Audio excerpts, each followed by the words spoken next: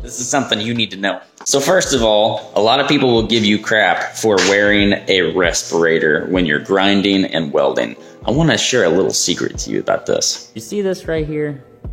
This is all steel, dust, and particles from about 2 minutes worth of welding.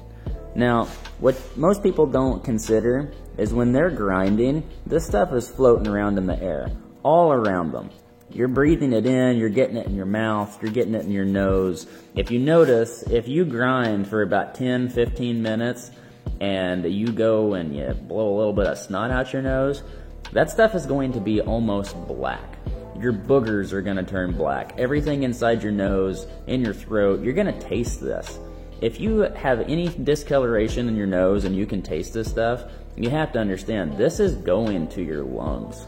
This is not something that I would ever imagine has any good long-term effects on anyone's body. A lot of older guys will talk crap on the younger generation that's actually taking safety a little bit more serious, and who cares? If you can breathe when you're 80 as opposed to them not being able to breathe when they're 80, I would rather be made fun of and be able to breathe. But that's just me.